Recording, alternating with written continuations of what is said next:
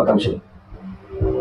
రంజాన్ పండుగ అసలు ముస్లిం సోదరులు ఈ మాసంలో ఎందుకు జరుపుకుంటారంటే, దేవుడు మన ఖురాన్ గ్రంథాన్ని స్వర్గం నుండి ఈ మాసంలో భూమి మీదకి పంపించిన దానికి ప్రతీకగా ఈ రంజాన్ పండుగను మన ముస్లిం సోదరులు జరుపుకుంటారు.